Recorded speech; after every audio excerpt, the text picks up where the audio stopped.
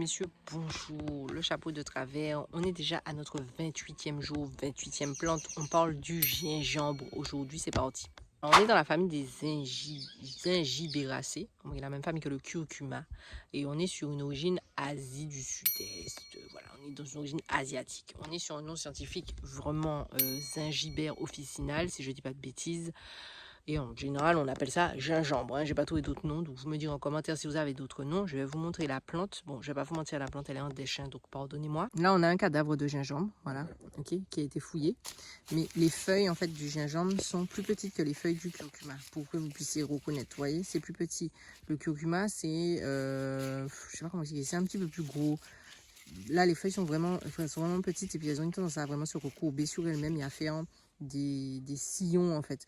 Je vous mettrai une photo parce que c'est compliqué à expliquer comme ça, mais en tout cas, ça ressemble à ça. Et puis bien sûr, ben, vous retrouvez bon là, c'est pas un gingembre normal, hein. Là, c'est ce qu'on appelle gingembre doulet, mais vous retrouvez ici après comment on appelle ça, le rhizome en fait que vous ramassez.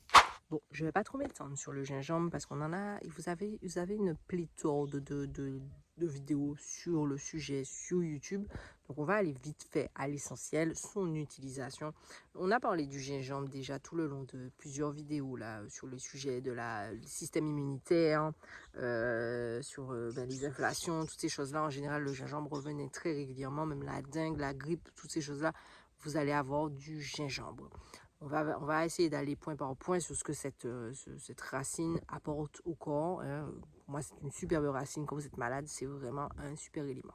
Je le dis, c'est un super anti-inflammatoire, antioxydant. Donc, vous savez déjà, pour calmer les inflammations dans le corps, donc arthrite, endométriose, etc. Mais aussi antioxydant donc pour protéger des radicaux libres, pour protéger votre corps du vieillissement prématuré, enfin protéger les cellules, etc. etc. Vous savez déjà, voilà, on en a déjà parlé sur l'antioxydant, on n'a fait que d'en parler pendant ce calendrier-là. Normalement, vous êtes censé savoir aujourd'hui qu'est-ce que ça veut dire.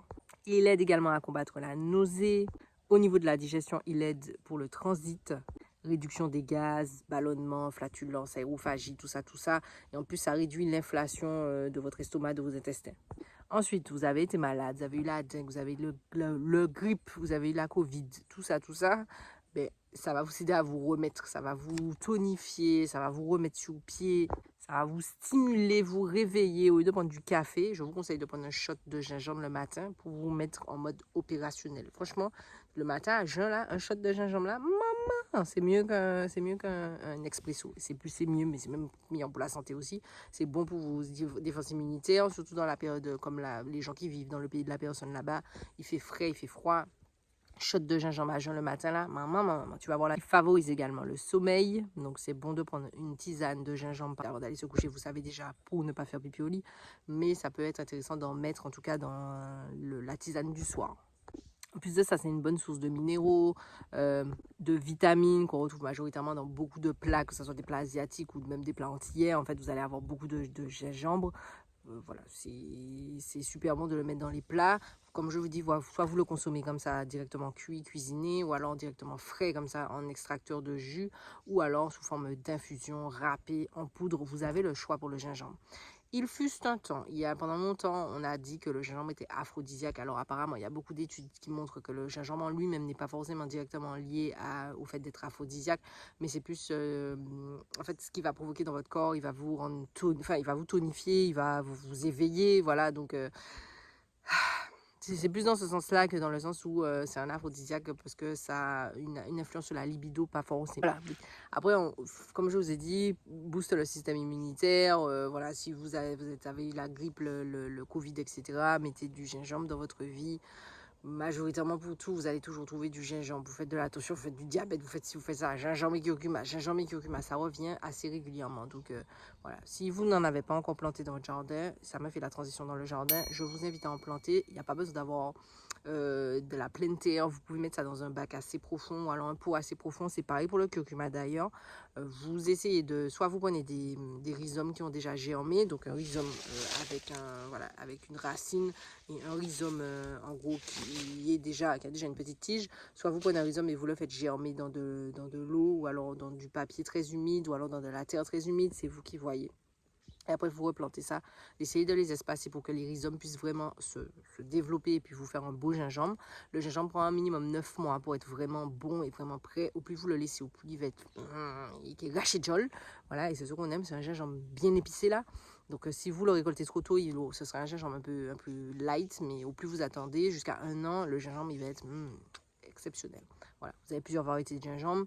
La majorité des gingembres qu'on retrouve, vous pouvez les retrouver que ce soit au supermarché ou autre. Voilà.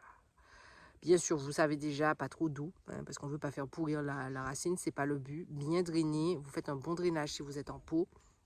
Des grosses billes d'argile, des roches au fond de votre pot, et après un sol assez, pas compact en fait, assez léger, et vous arrosez bien, vous tenez ça humide, et vous devriez avoir de très beaux gingembres 9 mois plus tard.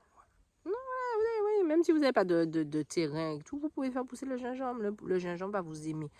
Soleil de préférence, et le gingembre va vous aimer, il vous donnera des gingembres. Et après, comme ça, vous pouvez faire vos shots vous-même et récupérer les plants qui ont des petits et les replanter au fur et à mesure. Comme ça, vous avez tout le temps du gingembre. Voilà.